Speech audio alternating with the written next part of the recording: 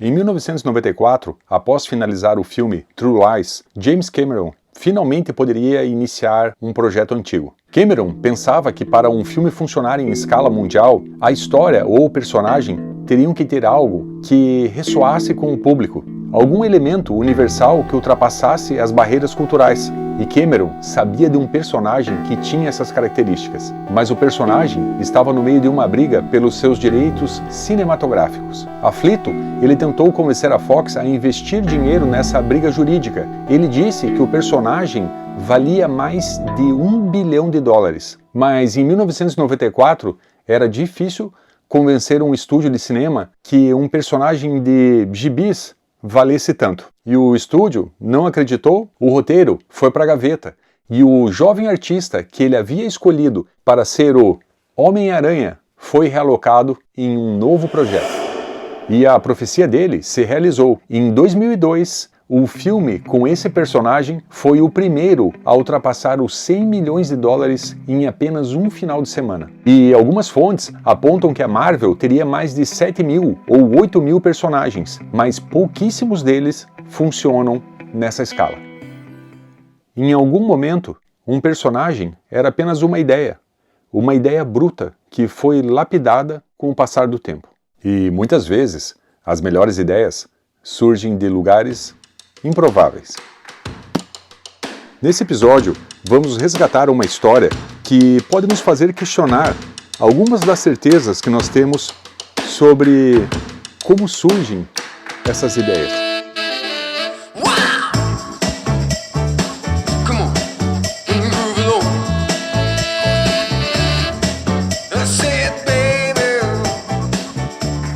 O elevador subia lentamente. Roy Thomas tentava se concentrar na reunião que aconteceria em alguns minutos. Porém, seus olhos insistiam em focar na caixa de papelão dos correios que viajava ao seu lado. A caixa trazia correspondências. Para ele, parecia carregar memórias. Era impossível olhar e não lembrar do tempo que era apenas um fã lendo quadrinhos e enviando cartas. Naqueles tempos, seu sonho máximo era ter uma carta publicada em uma das revistas e, quem sabe, ser respondido pelo próprio Stan Lee. Pensou na guinada que sua vida deu, após conseguir trabalhar na Marvel e se tornar um escritor de quadrinhos famoso. Agora, ele vivia uma fase quase tão surreal quanto as histórias que escrevia. Enviar cartas para a redação era diferente de ser o editor-chefe da Marvel Comics. O primeiro a ocupar a posição que pertencia a Stan Lee. Pensou enquanto apertava a chave do escritório no bolso da calça. Como a euforia inicial se dissipou rápido, agora ficou esse peso de ter que produtar. Afinal, os quadrinhos também eram produtos, e prateleiras pelo país inteiro, indiferentes, sempre esperavam para serem abastecidas. Um produto que precisava de injeções frescas e constantes de ineditismo, de ideias que ainda não foram contadas. Thomas era o chefe de um lugar conhecido como a Casa das Ideias. Respirou fundo, buscou desviar o olhar da caixa dos correios, relaxar o punho que apertava a chave, e se tranquilizou, repassando mentalmente o que aprendeu nos últimos meses. Quando se trabalha com artistas tão criativos, basta uma boa compostagem e as ideias florescem quase que por conta própria, sem a necessidade de longas discussões. Para ele, reuniões deveriam ser rápidas, e essa não seria diferente. A revista do Hulk precisava somente de mais um personagem secundário. Confiante, Thomas sorriu para si mesmo. O escritor Len Wein já estava acostumado com esse método, com a escassez de diretrizes. Len gostava de ter esse vácuo para preencher, mas, mesmo para ele, as premissas sobre o novo personagem eram surpreendentemente escassas. Thomas disse apenas duas coisas. Faça ele ser canadense e o chame de Wolverine. E, sob o lápis de John Romita, a forma visual começou a surgir. Mas, alguns meses antes de Thomas sair daquele elevador,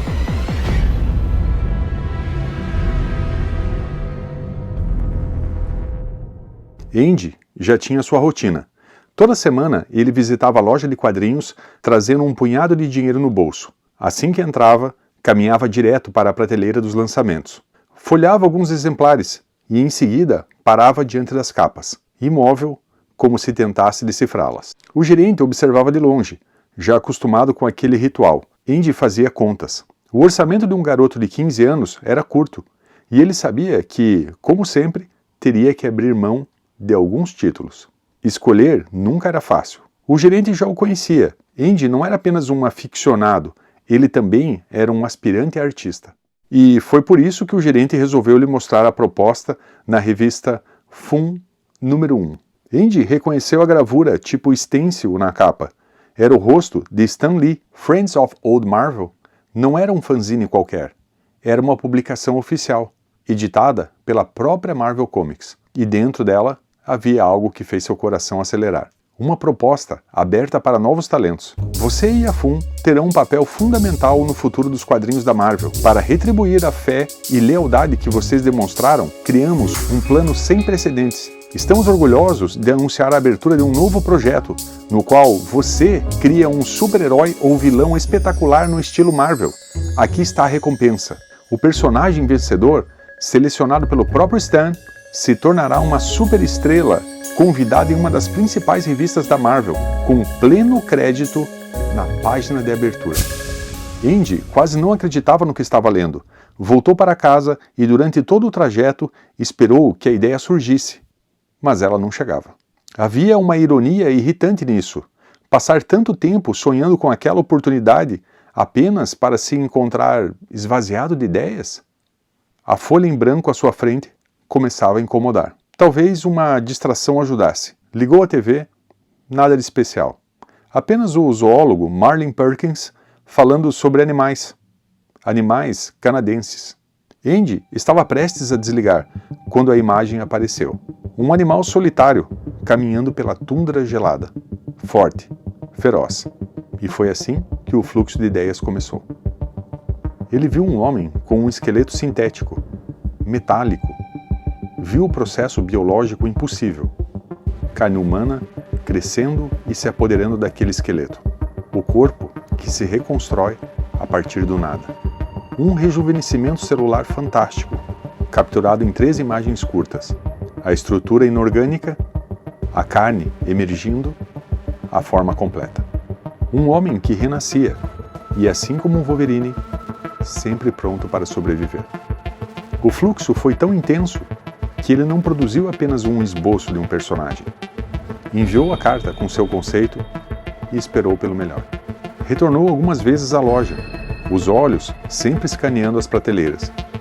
Até o dia que o gerente, com um sorriso nervoso, disse: "Você não vai acreditar." A Fun, número 2 na prateleira, e lá estava, o seu personagem, Wolverine, publicado. A transformação, ocupando a parte central da página do concurso. Orgulhoso, Andy levou a revista para mostrar ao seu tio. Ele precisava compartilhar aquele momento com alguém que entendesse o que aquilo significava. Seu tio era um artista comercial estabelecido e talvez o único que pudesse reconhecer a importância do que ele havia alcançado. Enquanto folheava a revista, seu tio ficou sério, parou em uma das páginas e disse: "Deixe-me entender. Você participou de um concurso que não tem prêmio em dinheiro, não tem troféu." Ele devolveu a revista para Andy e disse: "Você não percebe o que esses caras estão fazendo com vocês?" A idade deve ter feito ele ficar amargo, pensava Andy, voltando para casa. Talvez meu tio não entenda de quadrinhos. É claro que não entende. Será que algum dia ganhou um concurso? Mais visitas à loja, mais uma espera. E finalmente chegou a Fun com o ganhador do concurso. E não era ele. Humus Sapiens era o ganhador. Um vilão. O que teria acontecido? As 3 primeiras edições da revista Fun chegaram rápido às prateleiras. A 4ª demorou meses. Pulou o resto da primavera e o verão. Fazia frio naquele dia da metade do outono. Estava escrito nela que Roy Thomas pretendia utilizar o Homo Sapiens no relançamento dos X-Men. Andy desapareceu por algum tempo. 1975. E aí, por onde você andava? Depois que ficou famoso, parou de vir? Disse o gerente brincando. Andy sorriu desconcertado por não entender a piada. O gerente retirou 2 itens que pareciam estar separados e guardados dentro do balcão. Pelo jeito você não tem lido muita coisa, né? Eram 2 revistas. Entregou primeiro a do Demolidor e depois a do Hulk. Andy estava petrificado. O gerente apontou para a prateleira. Hesitante e com as mãos trêmulas, Andy alcançou a nova revista dos X-Men. Incrédulo, olhou o gerente e lembrou de seu tio. Subitamente, a loja pareceu mais fria e um pensamento emergiu. Eu nunca mais entrarei em um concurso.